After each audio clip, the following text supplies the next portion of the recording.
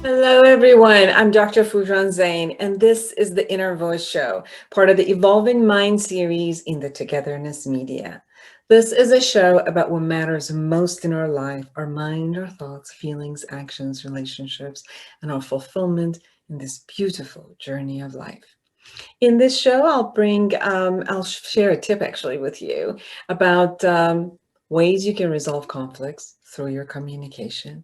Then I will share with you the latest research done in MIT regarding neuroscientists finding that the longings for social interactions felt during isolation are neurologically very similar to the food craving that people experience when they're hungry. I will bring you Dr. Andrea Pennington. She's an integrative physician, acupuncturist, and a multi-passionate empowerment mentor. She's the author of many books on empowering health and healing. Today, we will be talking about her latest book, which is a compile of 12 other authors regarding holistic healing. Then I'll bring you Dr. Eric Maisel. He is the America's foremost creative coach, and he's written many books. But today, we will be talking about his latest book, The Power of Daily Practice: How Creative and Performing Artists and everyone else can finally meet their goals, which is a thorough and a holistic approach to meeting the goals and challenges of creating an authentic and effective daily practice.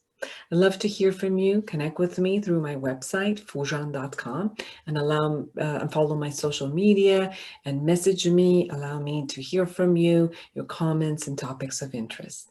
I also want to wish you, all of you, a happy, safe, and a joyous Thanksgiving.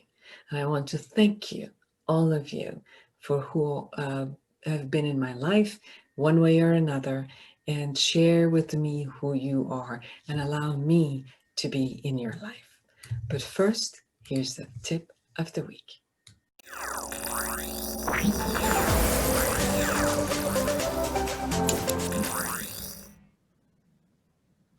And here's the tip of the week.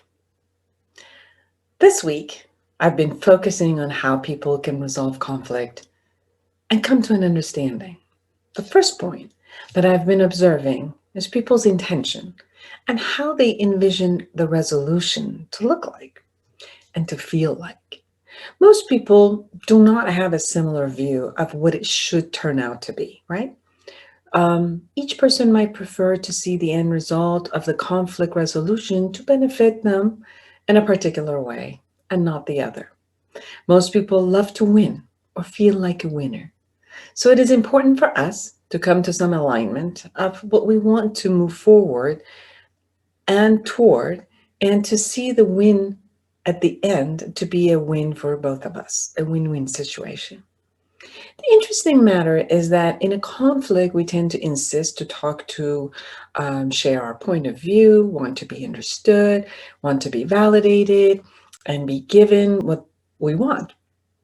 We may forget that the person in front of us has similar wants and needs, and it is wise to begin listening to the other person and take their needs into account. I've noticed that people say they don't want conflict, but are not aware of the way they're communicating that creates the conflict. Maybe the way that they communicate may create fear, may create anger, disappointment, or even feeling of disgust, which will not entice the other person to really want to cooperate. There are areas like sarcasm, jabbing, character assassination, insult, humiliating the other person will create more conflict and will not resolve it. Respect, acceptance, empathy, understanding, and the spirit of cooperation moves us toward the resolution of our conflict. So regardless of whether this conflict is in our marriages, our co-workers, our management, people we know, the friends and family, Wherever you see this conflict that arises, whether people are still debating about whether they should wear a mask or not, or whether they're debating about the politics and who should win, or a couple who's debating on parenting skills, whatever it is that you might find at this time in your life with another person that you're going through a conflict. So let's try these steps. Observe your thoughts, your feelings and actions. Observe how you are actually coming into the conversation. Notice your intention and your agenda for the conversation. Envision the future as if it's resolved and observe how you behave to create that resolution. How would you look like at the end of that resolution? Invite the other person to talk. Listen with an open mind and an open heart, and attempt to understand their world. Repeat what they're saying and your perception of what they're saying. Inquire about what it is that it's kind of like non-negotiable for you, and what it is that it's non-negotiable for them. And what is it that is your ultimate wish, and what is it that is their ultimate wish? Maybe continue conversing about these two spectrums. Request from them to listen to you now with an open mind and an open heart. Share your desire and your need clearly with them. Share your non-negotiables and your ultimate wish with them. Notice all the similarities first. So talk about similarities that you guys have, even within the same conflict, and then negotiate on the slight differences that are there. And give the gift of your heart and willingness to create a win-win result.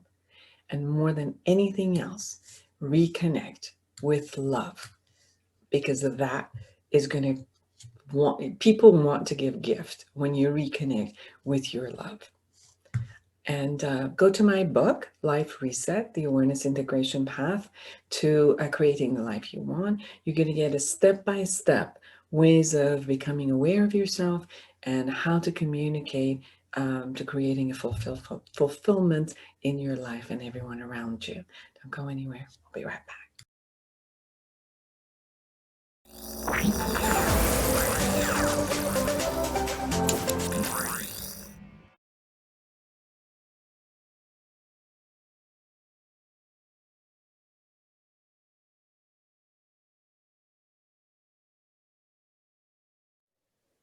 Here's the latest research. Since the coronavirus pandemic began in the spring, many people have only seen their close friends and loved ones during video calls, if at all.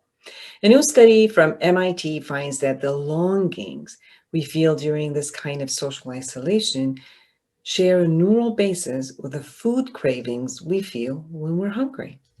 The researchers found that after one day of total isolation, the sight of people having fun together activates the same brain region that lights up when someone who hasn't eaten all day sees a picture of a plate of cheesy pasta. People who are forced to be isolated crave social interactions similarly to the way a hungry person craves food.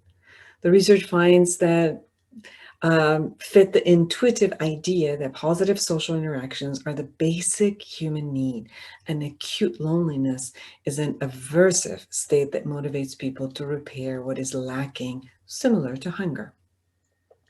The researchers hypothesized that when socially isolated subjects saw photos of people enjoying social interactions, the craving signal in their substantia nigra would be similar to the signal produced when they saw a picture of food after fasting. This was indeed the case. Furthermore, the amount of activation in the substantia nigra was correlated with how strongly the patients reacted their feelings of craving, either food or social interaction.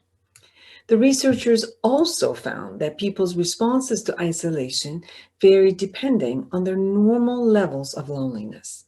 So people who reported feeling chronically isolated months before the study was done showed weaker craving for social interaction after the 10-hour isolation period than people who reported a richer social life.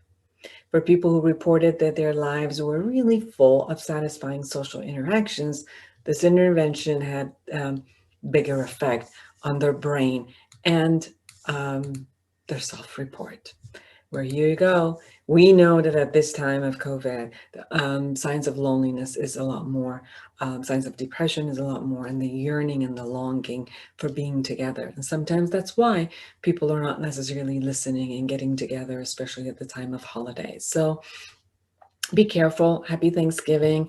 And I hope that during these holidays, you take care of yourself and everyone around you, because we know the same way you have a longing for an amazing turkey dish, you have a longing to be with your friends and family. Happy Thanksgiving.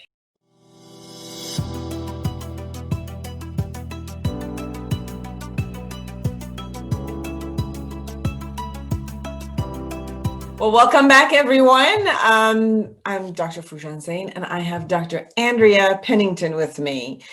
She's a great friend. She's an integrative physician, acupuncturist, meditation teacher, sex educator, and Andrea is a multi-passionate empower mentor that she is. Dedicated to raising the level of consciousness and love on our planet through her personal and professional development mentoring programs. She's the author of The Pennington Plan and the co-author of international bestseller, Heart to Heart, The Path to Wellness, as well as co-authoring of Resilience Through Yoga and Meditation. Today, we're going to talk about her latest book, which is a cumulative of amazing practitioners. And it's called Holistic Healing. Welcome to the show, Andrea. Thank you so much, Foojan. It's always a pleasure to connect. So tell me, I know that you are always looking and working with many of the practitioners and the talents that are out there who are always out there for working for people and bringing their wisdom. And you also kind of accumulate this wisdom within you and kind of like integrate them and offer it to the world. So tell us about this book. Yes, I have been working as a physician for 20 years. And even though I trained in America at a traditional school, I also studied acupuncture. And through the course of the last 2 decades, I've met so many practitioners with different gifts and talents. And what I've found is that we can really heal from so many illnesses and diseases, especially when we align mind, body, and spirit. And especially when we're willing to integrate guidance from the soul, alternative and complementary therapies. And so in this book, we have 12 authors who are each sharing how they've kind of overcome a health issue, whether that was something like eczema, cancer, sciatica, trauma from childhood. There's a whole range of challenges. And each of them has found like dramatic healing beyond what the typical medical study would suggest. And each of them has found it in different ways of integrating this sort of holistic approach and really looking at their own psyche for clues. It's interesting because the healing, as I look at some of the chapters that you have, some of the healing are the concept of the self-belief and the way that we are with ourselves and in our body. Other ones are the way that they accept it, but they go through a grief process where the acceptance of it and grieving also allows the acceptance of what's going on and then releasing it. So can you share a little bit about what you've learned from all of these authors that are also sharing with us? Yeah, I love that you bring that up first, like the idea of our beliefs, because you as a therapist, you know that our beliefs drive everything, all of our behaviors.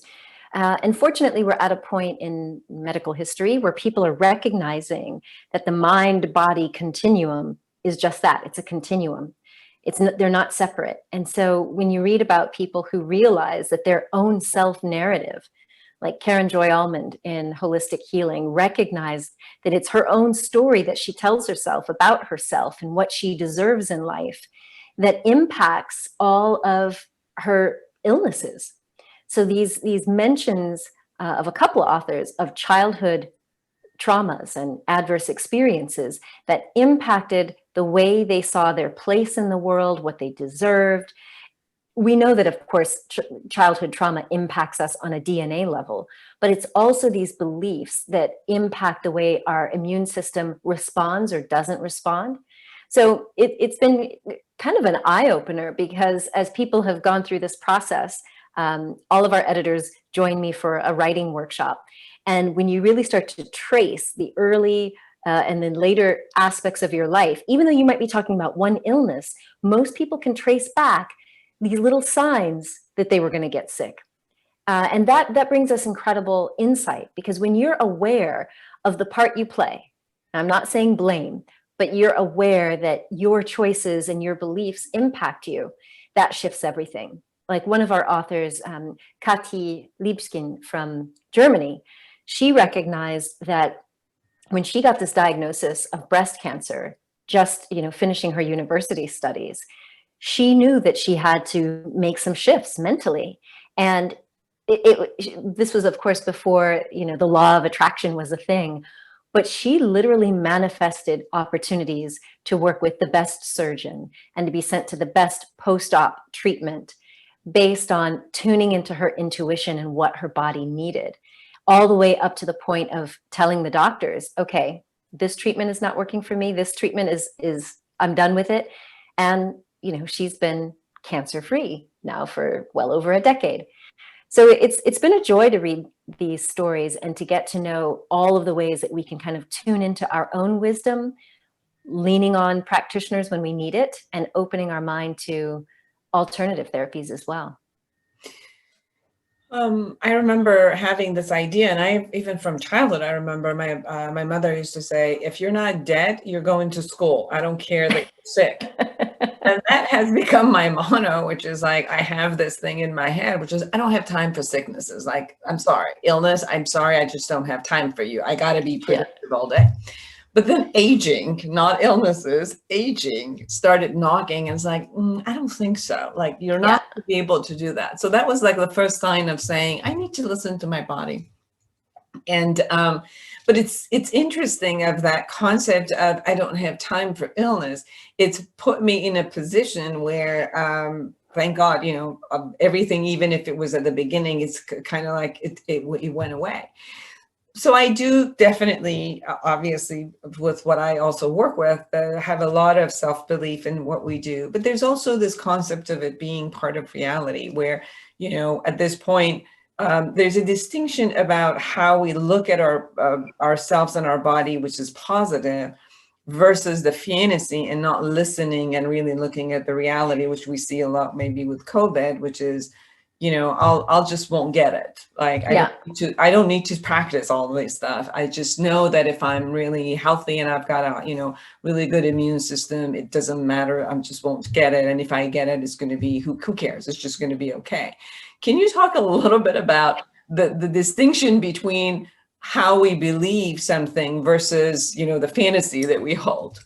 Yeah, your story so reminds me of Siv Harstad in the book. She's this amazing adventurer from Norway.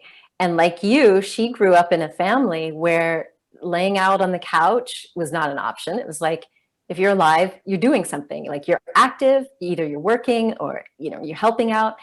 And she got to a point where she was at a really high level, head of HR, working in corporate, and took on another person's responsibilities. And they kept promising her, oh, we're going to replace that person.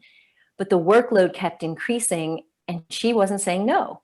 And in her own mind, she was like, oh, okay, well, I can suck it up for a little while longer.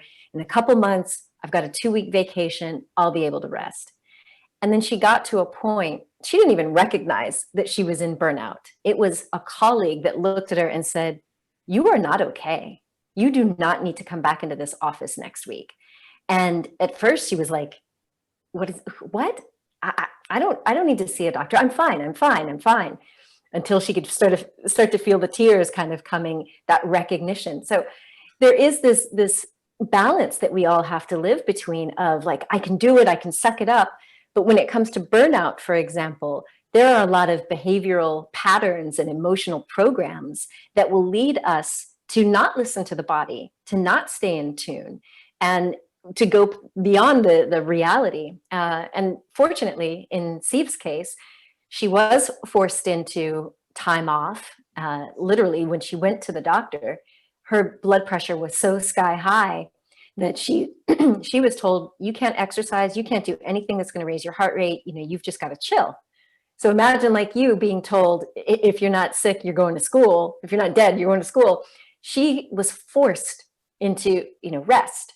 And so imagine what your mind is saying then. It's like, no, no, no, who am I if I'm not being productive? But ultimately, she was able to work through, in a holistic way, sleep and nutrition and rest and working on her thoughts.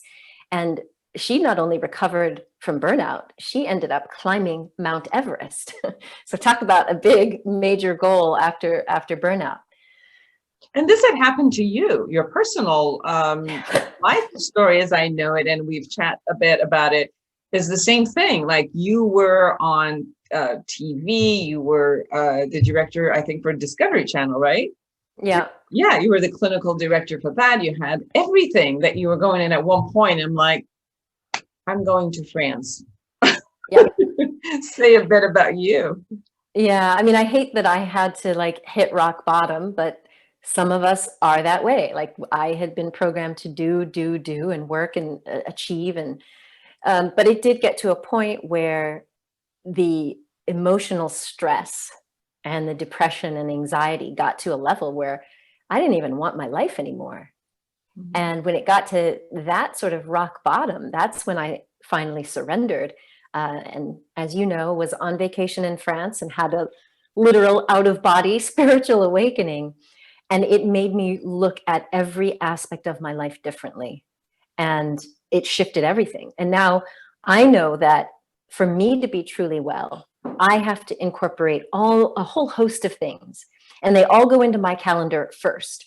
Now, typically people don't put meditation and self-care and, yoga in the morning. Like those are the things that people tend to add in last if there's time. For me, I learned that I had to have all of those as the foundation of my daily and weekly schedule, including music and dance and connecting with beautiful people. But it took me burning out to recognize that. Yes, it's so important for the listening of our different parts to know what each one of them want. For people who are really striving and moving forward and wanting to do that, missing another part of them, which is knocking at the door and saying, hello, you need to take care of me. When you look, when you've gone through your own healing and when you've accumulated all of these amazing people who are going through their own healing, if you could share, what are the components of the healing that you have learned? So part of it is the noticing, identifying the path for you, whether it's the shifting the mind or paying attention or bringing a certain type of practices in your world. When you experience the healing and you're a medical doctor, when you experience the healing, what does the healing feel like, look like? Well, there are a few clues, but it's not one size fits all. And that's actually really important, because if you were to look just at medical statistics, if you don't feel like they fit you, you're going to feel like, what's wrong with me? Like, why can't I heal like everyone else? And you'll kind of notice that throughout the book in Holistic Healing, that each person was picking up on different things. Like you said, some of it was intuition. Karen Eek had an experience where it was literally like a spiritual kind of awakening that clued her in to how her beliefs and how her actions were not only affecting her health, but the health of her son. But one of the things I would say is, beyond the like tuning in and becoming aware, we talked about this a little bit already, but self-acceptance is a huge thing. This was actually one of the first things I learned as a young physician in my 30s. And it was, if we don't believe that we deserve health and happiness, then it doesn't matter what I throw at you. I can give you all the best acupuncture, surgery, medications, meditation. If you don't believe that you are worthy of health and happiness, something will go wrong. Either you'll sabotage it or it just won't take. And that's what so many of the stories in this book have shown, like that our bodies our external lives are really a mirror of what's going on in the subconscious. And so like Judith Pennington, who shared a story about the mind mirror, she is the one that taught me the EEG biofeedback. She was able to go back to her very early parts of her life and see that there's this integration of the soul and the subconscious mind. And when we get there, our body can heal in really remarkable ways. You brought up something around the words that we say to ourselves. There's a beautiful story in holistic healing by Simona Anliker. And she noticed that she was having some real struggles in a relationship with her sister. And she just couldn't communicate. They weren't connecting. And someone introduced her to nonviolent communication. And at her very first NVC workshop, so the facilitator invited her into a healing conversation and took on the being of her sister so that they could both air out what was going on. And she had this remarkable shift that shifted her energy, the way she expressed herself, the way she felt, the grief that she had been carrying around that. And then without even speaking to her real sister, it shifted that relationship as well. And now they're like super close. So there's all these different layers, but that kind of understanding that we have to feel worthy. And if you don't feel that, then we've got to go back into, a timeline, for example, of life events to identify when was the first time you got this message that you weren't worthy, or that you didn't deserve happiness or deserve attention. Because so many of the stories in this book deal with these childhood traumas that set people on a path to just almost like attracting illness and bad things unto them. So there's a place, as I hear you, and I've experienced it also with people as we go back to their world, is there's a place in their world where, regardless of genetics or genetics are genetics, but how to manage it. But the point would be, where is it that they even bought into the concept of I don't deserve to be healthy. I deserve to be whatever, whether it's, illness or a certain condition. And then from there, as I buy into it, then, those are the choices that I make also for my life styles or actions that I do, decisions that I make, come from that type of a belief system. And then obviously that type of a belief system will take it to run where my behavior will have a particular result, which is not something that I really intend, or maybe I intend, but I'm going to suffer through it. And then somehow it has to come into my face, where at one point I need to shift and say, I can go on and suffer and die. And if that's what I choose to do, that's what I choose to do. Or it could be a big knock and say, knock it out. And I can have, I can deserve to feel that I deserve to be healthy. And that becomes a shift. Then I can choose the practice that I can move forward with in order to create that shift. And we see a lot of times when people really get to terminal illnesses, that they completely shift their lifestyles. It's like a 2x4 hitting their head and saying, no more, you cannot do that. And that's something you said, I had to really hit bottom before I would say enough is enough. And the enough is enough, it does not mean that I have to now go home and do nothing. It just means something else, it needs to be showing up. And the same way it showed up for you, like you became completely successful in another world and in another space, just not the same way. Yeah. What you've described is exactly kind of the piece that I think so many people recognize with illness, is that wake-up call like you're describing. Delia Sanchez, one of the co-authors, she literally had it stamped on her face. Like she had to face her emotions. She was at this, beautiful place on retreat, on holiday. And just as she was like thinking, oh, I'm going to so enjoy this, she caught her reflection in the mirror and saw what looked like this eczema around her mouth. And she just went into this spiral of, feeling the pity and sad and sorry for herself.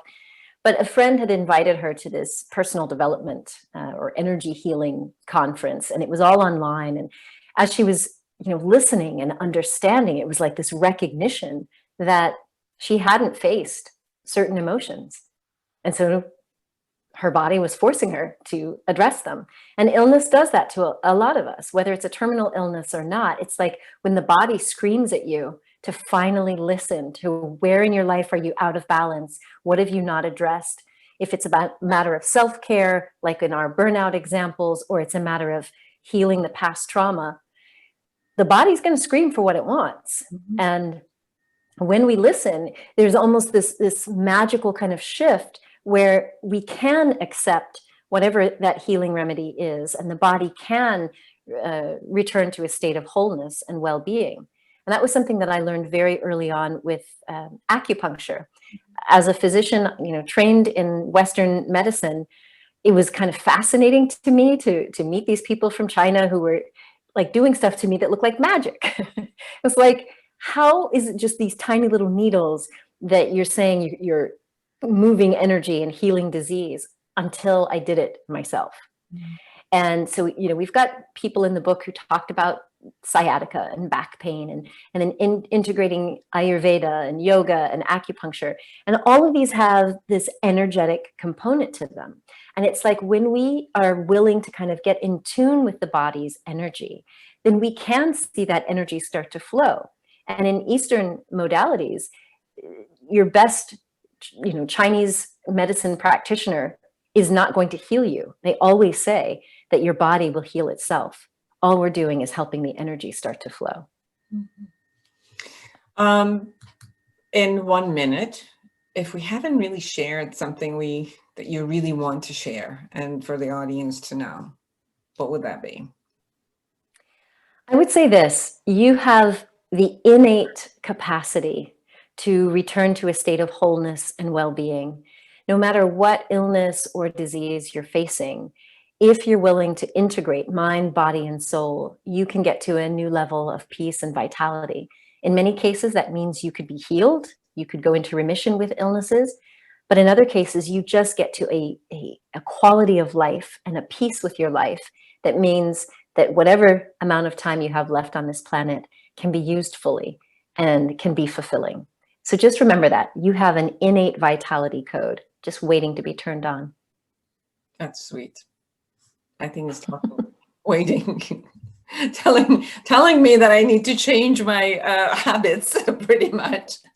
So everyone, Dr. Andrea Pennington, she's done an amazing job of creating and compiling from 12 authors, and it's 12 real life accounts of healing mind, body, and soul by overcoming stress and burnout, processing trauma, rewiring the brain, and reprogramming the mind, and integrating the soul. The book is called Holistic Healing. Where can they find you, Dr. Pennington? You can visit holistichealingbook.com. And of course, it's everywhere that books are sold. Wonderful. And they can find you also at Andrea Pennington. Yes, you can visit andreapennington.com and all over social media at Dr. Andrea Pennington. Thank you so much for spending the time from the other side of the world, France and Denmark, to be with me. Thank you, Foojan. It's a pleasure. Don't go anywhere. We'll be right back.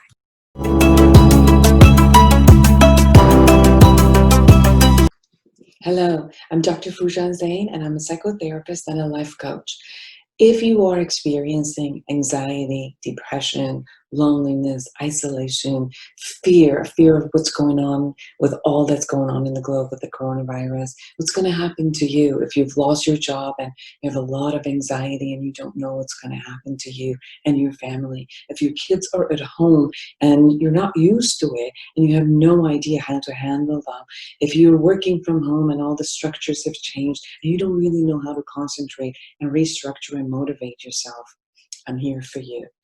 Call me and let's have online therapy for anyone who's in California and online coaching for anyone who's in the world.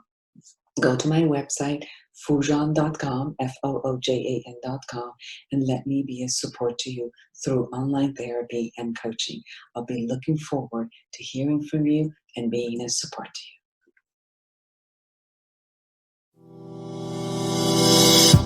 Well, hello everyone and welcome back.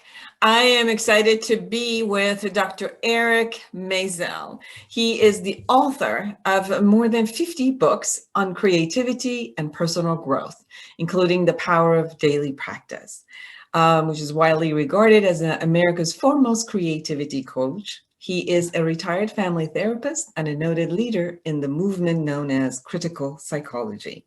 He writes the Rethinking Mental Health blog for Psychology Today and facilitates creativity and deep writing workshops around the world.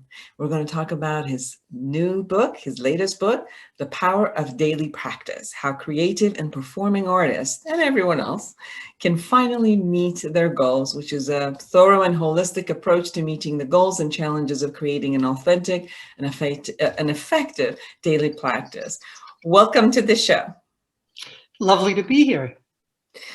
So I've noticed about your book that you have created it within like 3 different setups. So first tell me what got you to want to practice this way? What in your life brought you to that space? And then obviously to bring it out and share it with the rest of us. Well, I've been working as a creativity coach for 30 years or more, working with creative and performing artists. And what I've noticed over that time is that in order for them to get their work done, they really need to do it in a daily way. Because as soon as they start to skip a few days, then they end up losing weeks and months and years. The danger isn't losing a few days. That's neither here nor there. The danger is losing long stretches of time. If you don't work on your novel for a few days, suddenly 6 months has gone by with all kinds of ordinary duties and responsibilities.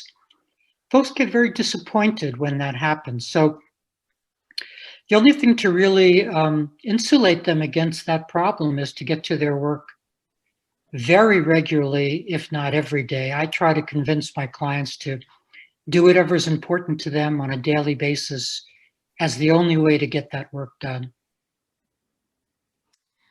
I totally get you because I've had my second book. I think it has taken almost 4 years, and is exactly what you're saying, which this could have been done. Like I remember I took myself to another location and stayed there for 1 week and kind of like finished all the chapters. But then from that day to this date, which is coming up with the last editing, it's 1.5 years, which kind of just went out of my mind and, you know, keep thinking about it. But to really put a structure in doing it, it took a whole different concept. So I know that you have put 3 different parts in your book. So tell me the reason why you separated these 3 different parts. Well, the first part of the book describes what I think of as the elements of practice. That is what goes into making a strong practice. There are quite a few different elements. Then the second part talks about varieties of practice. Most folks don't realize all the different sorts of daily practices that they might initiate. The one that naturally comes to mind is a creativity practice, a daily writing practice or painting practice. But there are all kinds of other practices, including one that folks have been finding very popular in reading the book, and that's what I call a warrior practice.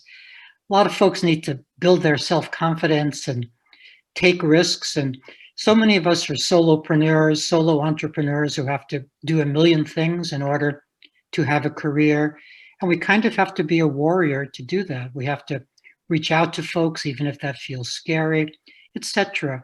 So the second part of the book has to do with all the different kinds of daily practices that are available. And then the third part, which in some ways may be the most important, are all the challenges to daily practice, the things that get in the way, the reasons that we don't maintain a daily practice. And for most people, there are an awful lot of those reasons. And for those reasons, they never do get that daily practice put into place, or if they get it started, they don't maintain it very well. So, Dr. Maisel, 2 things that I've wanted, and I keep saying it, and it doesn't happen. So work on me, please work on me. One is a daily practice of meditation. Yep. It kind of comes and goes. And then I get up in the morning and I'm like, No, I got a lot to do and I can't just sit there and calm myself down. And when I've tried it, it's more like, okay, I can't, I gotta get up. And then the other one is the daily concept of some sort of an exercise. So I know that my commitment has been my work as a therapist and creating the model, and then my work as, doing all of the different type of radio and podcast and television shows. The two concepts that I've really, really wanted to incorporate as a daily practice, it keeps running away. So help me. Yeah, I think the starting place is sort of philosophical, and that is in understanding the difference between the purpose to life, which I don't think exists, versus our life purpose choices. That is our decisions about what's important. I think the starting place is to actually make that list or menu of things that we consider important. It could be health, could be diet, it could be exercise, could be writing our novel, whatever it is, to actually elevate those things to the place of life purpose choice, and then to get in our head the difference between discipline and devotion. Mm-hmm. Most people don't think that they're disciplined enough, but it isn't actually about discipline. It's more that they're not really devoted enough to their own life purpose choices. They don't actually believe that they matter or that their efforts matter. So I think there's a deep philosophical place that we need to get to that helps us get to things like daily exercise or daily meditation. If we think of them as just things to do, we're probably not going to get to them. Mm-hmm. If we think of them as really important, as our life purpose choices, then we're more likely to organize our day around our life purpose choices than just around our responsibilities and errands and the pressures that our mind puts us under, like, getting a podcast done or something. So sort of the things that are more straightforwardly present. We're going to do the more straightforwardly present things unless we've come to the conclusion that we better live our life purpose choices first. So when you say look at the purpose of life first and then allocate some things that are not necessarily a chore like or a responsibility or a task to do, but then attach it or combine it with your purpose, can you say a bit more about how to define the purpose and how to bring them together in order to not have something just looked upon as a task to do? Well, I think most people haven't ever taken the time to just make a list of what's important to them, because that list is a snapshot in time. It's a snapshot of this moment. It's not forever. In this moment, parenting may be the most important, way up high on your list. And then 20 years from now, when the kids are out of the house, it may have a different place on your list. It's still important, but it's not a top priority. So a first step is to make that list of what's important to you right now. And as I say, most people have never done that.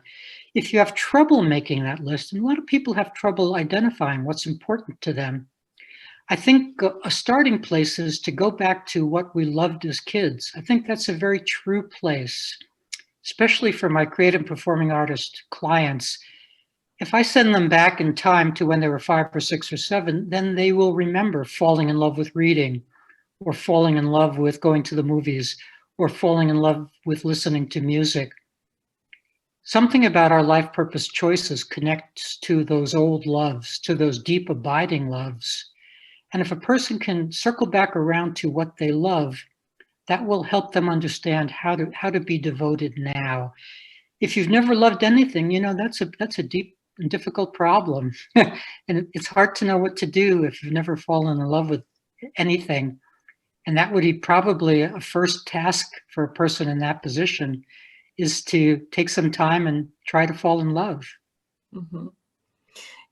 You've shared a lot of different types of elements, almost 20 types of elements that you share in your book. Initiation, simplicity, regularity, seriousness, honesty, self-direction, and it goes on with joy, discipline, devotion that you were talking about.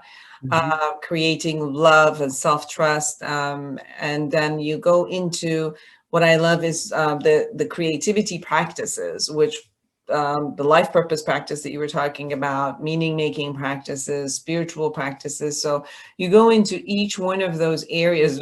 One of the greatest ones, mental health practice, Yep. and the performance practice, and any of these practices which put in, they're put in a particular level. So if you could share with us, how would you structure a practice so that it can be a system that it's continuous and it's sustainable in a sense? So one aspect, what I heard from you, is for it to be purposeful, that you find the joy in it from your purpose. And then what is the next level? Well, you want to get a habit in place. For my creative and performing artist clients, I try to sell them on the idea that they really want this daily practice to be a morning practice, to be the first thing they do. And there are three big reasons for that. The first is, obviously, if you were to work on something every day, you'd get a lot done. So that's the most obvious one. But the reason for it to be a morning practice is that you get to make use of your sleep thinking if you have it be a morning practice. Our brain works at night. Of course, it dreams. We all know that.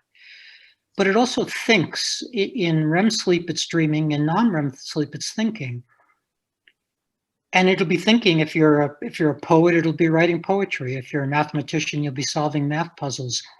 If you turn to your creative practice first thing each morning, you get to make use of that sleep thinking. And that's a big deal, because you will have added an hour or two to your creative day by doing nothing more than turning to your work first thing. And then the third reason for it being a morning practice is that by getting to something real and important first thing each day, then you have the experience of having made some meaning on that day, first thing, and the rest of the day can be half meaningless and you won't get depressed. A lot of people are a little sad all day long because they're not getting to their real work. They stay in this maybe place of, maybe I'll get to it this evening, maybe I'll get to it this evening, and they never do. We're too tired by the end of the day, and we're a little too sad by the end of the day by virtue of not having gotten to our real work. So I think it's pretty clear why a first daily practice might be your creativity practice, so that you can make use of your sleep thinking, and so that you can make some meaning on each day, first thing. And then you can get on to your chores and errands and then think through what other practices that you might want to get to on a given day. I think of each day as a kind of negotiation between these important daily practices and the other stuff. And if you start out each day thinking of it as a negotiation, then you can figure out how to organize your day such that you get to 2 or 3 of these daily practices each day. You said something that was interesting to me, and you said that people get sad during the day because they're kind of constantly evaluating whether they were productive or not, or useful or not, or were they kind of living, in their purpose or meaning that they were giving or not. And that if they don't do it throughout the day as they're going, that level of, maybe I'm calling it maybe like emptiness or purposelessness, creates some level of sadness. Is that what I was hearing from you? Absolutely. You mentioned in the intro that I'm in that area of psychology known as critical psychology or critical psychiatry, where we kind of dispute ideas like clinical depression as opposed to ordinary language things like sadness and despair. I don't believe that there is a mental disorder of depression. Rather, I believe we get sad, or we despair, and we get disappointed, and all of those ordinary sounding words. And a lot of people are sad and don't really believe that they or their efforts matter. They kind of just believe that they're excited matter, that they're here because the universe could make them, and here they are, and nothing's that important. And with that background coloration of sadness that's sort of behind the lives of so many people, it's really hard to feel motivated. It's hard to get to your work. So people have to sort of fight off that everyday sadness, that background coloration of sadness, by having a conversation with themselves and reminding themselves that they matter, maybe not to the universe, but to themselves. Mm-hmm. that they're here to make themselves proud by their efforts. While we're here, we have the project of our life. That's what we have while we're here. And so to fulfill the demands of that project, we have to don the mantle of meaning maker. We have to say we make our meaning. We decide on our life purposes. We make our meaning. We do the next right thing. We do what's important. These are the things that we do. And unless we're doing them on a daily basis, we're not doing them. So we're actually not honoring our own desires and our own moral understanding of the universe if we're not getting to what's important each day. And another thing that I'm hearing from you is that sometimes what we are making important each day, it's really not what is really truly important to us. And that duality might create some of that sadness, or the duality might create this conflict, as if I say some things are important to me, such as when I look at talking to you about my conversation about meditation or exercise and all of that, which is, there's a part of me that what I've made important to me, and the commitment that I have during the day, it's almost like constantly being with others and for others, right? As a practice of psychotherapy, as I even do with the media, it's about, promoting others and looking at, and I learned through it also. It's also self-promoting in here, but there's this other part, which is also caring for my body, which keeps being pushed away. And it seems like there's this duality and a constant complaint somewhere, which I don't deal with that, but I deal with this side. But then the other part is gnawing at me from the internal part. And somehow I'm also hearing that I don't want to use those should, but it's almost like that also needs to be my purpose to be looking at, because it is gnawing at me. It is telling me that I do need to take care of it. But somehow I pretend that only this part is important.